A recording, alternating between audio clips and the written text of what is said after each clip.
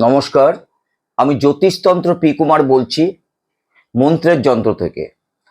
আজ আসলাম নতুন হালখাতা নিয়ে।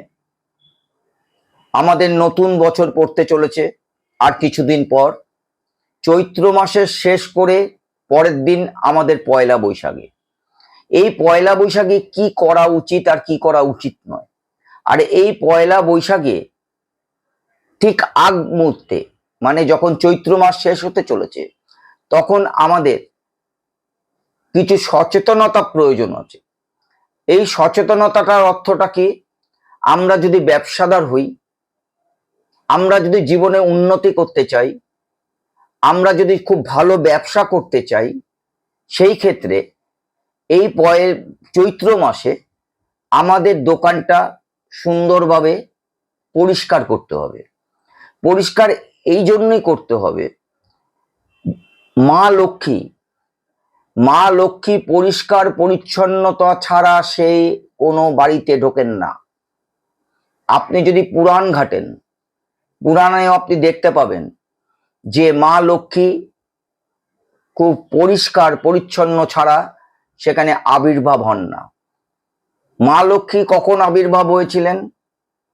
যখন সমুদ্র মন্থন কালে, যখন একদিকে অসুর আর আরেকদিকে দেবতা সেই সমুদ্র মন্থন করছিলেন, ঠিক সেখান থেকে কিন্তু মা লক্ষ্মীর উৎপত্তি, আবির্ভাব। আর এই আবির্ভাব হবার পর থেকেই কিন্তু আমরা জানি যে মা লক্ষ্মী আমাদের ধনের দেবতা। এই মা লক্ষ্মী শস্য শ্যামল সুন্দর দেশের ক্ষমতা। এই মা লক্ষ্মী যেই ঘরে থাকেন সেই ঘরে শান্তি বিরাজ করেন। তাই সেই ক্ষেত্রে পয়লা বৈশাখ, চৈত্র মাস একটা উল্লেখযোগ্য মাস, এই কারণে যে কোনো জায়গায় কোনো যেন ময়লা আবৃত না থাকে। পরের দিন পয়লা বৈশাখ। এই পয়লা বৈশাখে কি করা উচিত আমাদের?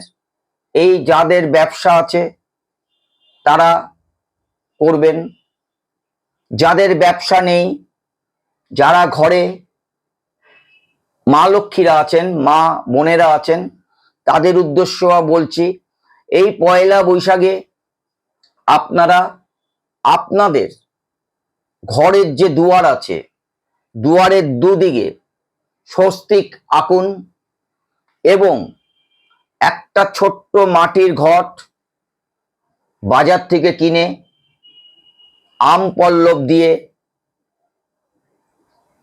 তার উপরে ডাব বা কলা, না পারলে হর্তকি, স্বস্তিক আঁকবেন ওই ঘটে, কেটে আপনারা সেদিন পুজো করুন। এইবার আপনারা কি করবেন? যারা ব্যবসায়িক তারা মোটা মোটা দুটো খাতা কিনবেন এবং এই খাতা একটি আপনার কাছে রাখবেন আর একটি রাখবেন আপনার ড্রয়ারে। এই খাতাটা প্রথমে কি করবেন? প্রথমে সেই খাতার উপর একটা স্বস্তিক আঁকবেন, একে 1 টাকার কয়েন সিঁদুরে ডুবিয়ে 5 বার সেই প্রথম পৃষ্ঠায় আর কি তার ছাপ দেবেন এবং লিখবেন ওং নমঃ সিদ্ধিদাতা গণেশায় নমঃ, ওং নমঃ মা লক্ষ্মী নমঃ। আর কি করবেন? সেই দোকানে একটা গণেশ ঠাকুর এবং মা লক্ষ্মীকে আপনি আপনার সিংহাসনে শুদ্ধ মনে আত্মবিশ্বাস নিয়ে, কি আত্মবিশ্বাসের কথাটা হচ্ছে এই যে পয়লা বৈশাখ আরম্ভ হলো, এই পয়লা বৈশাখে মা লক্ষ্মী এবং বাবা গণেশকে জানাবেন, তোমরা আমাকে সিদ্ধি দাও, অর্থ দাও, শান্তি দাও। এই জায়গাটা আপনাদের কিন্তু করতে হবে। আর কি করতে হবে, আপনার দোকান পয়লা বৈশাখে চলাকালীন কোনো ব্যক্তি যদি আপনার কাছে আসেন ধার চাইতে, তাহলে কোনো ব্যক্তিকে নিজের লোককেও কিন্তু সেই পয়লা বৈশাখে কখনো ধার দেবেন না। আমরা পয়লা বৈশাখে কি করি, পয়লা বৈশাখে করি আমরা যা সারা বছর ধরে যা আমরা বাকি দেই, সেই বাকিটা মানে যারা বাকি নেন তাদের বাড়িতে পত্র পাঠাই, আমন্ত্রণ পত্র, যেন তারা পয়লা বৈশাখে আমার দোকানে এসে আশীর্বাদ করেন এবং আমার পাওনা টাকাটা যেন দিয়ে যান, যেটা আমি বাকি দিয়েছিলাম। আর আমার দোকানের উদ্দেশ্যে যেন তারা ভালো মনে মা বাবার কাছে, মানে মা লক্ষ্মী এবং বাবা গণেশের কাছে সিদ্ধিদাতা গণেশায় নমঃ বলে তারা যেন আমাকে আশীর্বাদ করেন, আমার দোকান পরবর্তীকালে যেন ভরে ওঠে। এটা হচ্ছে পয়লা বৈশাখ। আমি যদি পুরাণে চলে যাই, পুরাণে কি করত, যারা জমিদার ছিলেন, যারা পয়সাওয়ালা ছিলেন, তারা যারা ব্যবসা করতেন, আর যারা জমিদারি প্রথা ছিল পুরাণে আগে, তখন জমিদাররা কি করতেন, এখনকার মতো তো উন্নত ছিল না, তখন ওরা কিভাবে পয়লা বৈশাখ করত সেই ব্যাপারে আপনাদের কিছু কথা বলি। ওনারা সেই সময় ওদের যে দাওয়া আছে, দাওয়া মানে উঠোন টাইপের বা বারান্দা টাইপের, সেইখানে জমিদাররা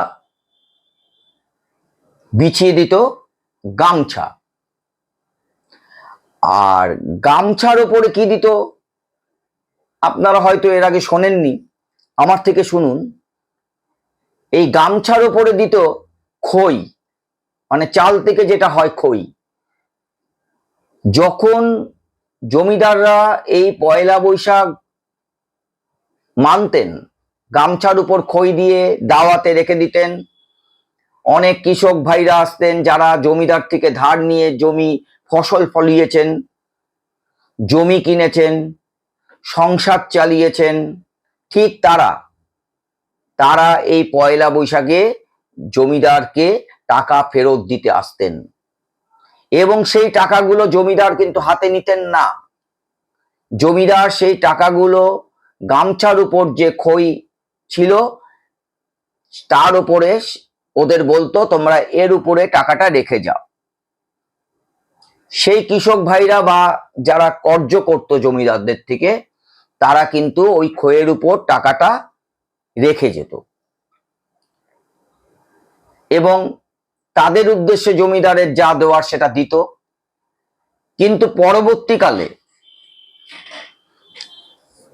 ঠিক পরের দিন জমিদাররা কি করতেন, জমিদাররা করতেন সেই খইয়ের মানে গামছার উপর খই, তার উপরে যে টাকা অর্থ, সেই অর্থগুলোকে তুলে ক্যাশ বাক্সে ঢোকাতেন এবং বেশ কিছুদিন সেই টাকার থেকে ওনারা খরচা করতেন না।